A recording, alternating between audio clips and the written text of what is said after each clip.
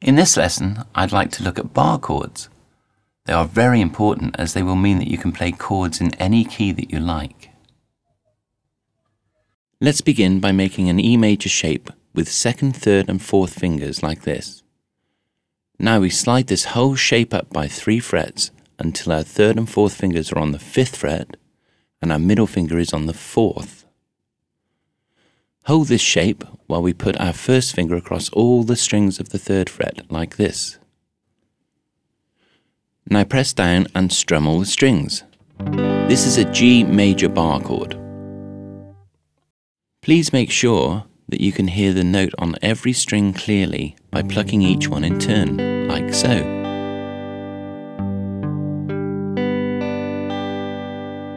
If not, then try changing your first finger position slightly until you can. This may take a little time to master, but once you can do this, it will open up a lot more choices of chord progression for you. The reason that this is a G chord is that because we are using an E-shaped chord, the key of this chord is taken from whatever note we are playing on the bottom E or 6th string. Because of this, we can play any major chord we want by simply moving the shape up or down the neck. For example, if we have the first finger bar on the 5th fret, it becomes an A major chord. Move it to the 7th fret and we have a B major. 8th fret is C major.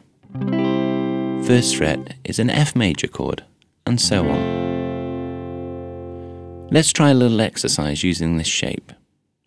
We are going to strum 4 times on the G chord, then 4 times on the A chord, and repeat like so. After 4, 1, 2, 3, 4. 1, 2, 3, 4. 1, 2, 3, 4. 1, 2, 3, 4. 1, 2, 3, 4. Please be patient with this and keep trying until you get it right. Now we can also play other types of chords such as minors and 7ths using bar chords. This is how. As we are using an E-shaped chord for these, it follows that whatever we do to an open E chord, we can also do with an E-shaped bar chord.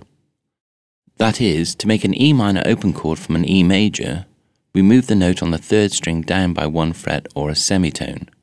In other words, take your middle finger off. If we go back to our G major bar chord, we do exactly the same by taking off our middle finger, and now we have a G minor bar chord. Make sure that your first finger is pressing down all the strings on the 3rd fret to make each note sound clear. Please strum this. Make sure that you can hear each note clearly by plucking each string in turn. Again, we can move this shape up and down the neck to create any minor chord such as A minor with the bar on the 5th fret, C minor at the 8th fret, F sharp minor at the 2nd fret, and so on. All of a sudden, you can play any minor chord you like.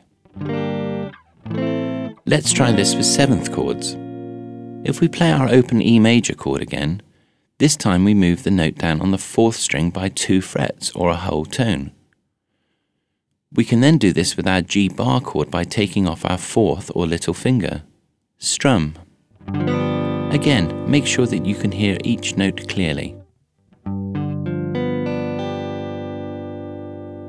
As before with the major and minor shapes, we can move this chord up and down the neck to make any 7th chord. Please try this at different frets and name them as you play them. So far, we have been making bar chords based on the E chord shapes. We can also use the A chord shapes to create bar chords.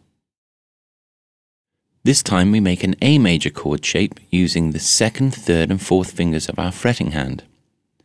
Slide this shape up by 3 frets until they are all on the 5th fret. Then place your first finger across all the strings on the 3rd fret like so. Now you are playing a C major bar chord. Strum. Make sure that your first finger is pressing down all the strings on the 3rd fret to make each note sound clear. Please strum this. make sure that you can hear each note clearly by plucking each string in turn. The reason that this is a C chord is that because we are using an A-shaped chord, the key of this chord is taken from whatever note we are playing on the A or 5th string. If we move this shape up by 2 frets so that our first finger is on the 5th fret, it will become a D major chord because we are playing the note of D on the 5th string. Bar on the 7th fret and we have an E major chord, or on the 2nd fret for a B major chord, and so on. As with the E-shaped bar chords, we can also play other types of chords, such as minors and 7ths using these A-shaped bar chords. As we are using an A-shaped chord for these, it follows that whatever we do with an open A chord, we can also do with an A-shaped bar chord. That is, to make an A minor open chord from an A major, we move the note on the 2nd string down by 1 fret or a semitone. We do this by changing the position of our fingers like this. If we go back to our C major bar chord, we do exactly the same by moving our fingers into an A minor shape. Now we have a C minor bar chord. Make sure that your first finger is pressing down all the strings on the 3rd fret to make each note sound clear. Please strum this.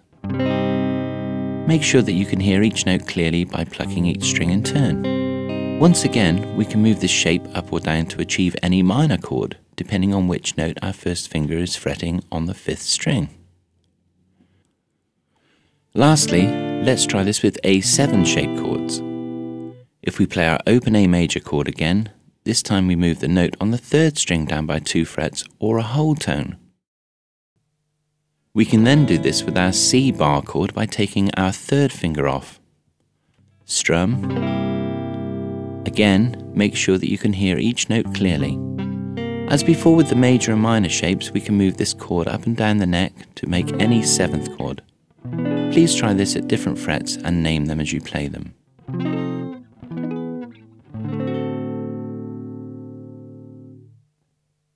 Like I said earlier, these chords can be tricky to begin with, but please work hard on them and you will find that they will become a fantastic addition to your guitar playing abilities.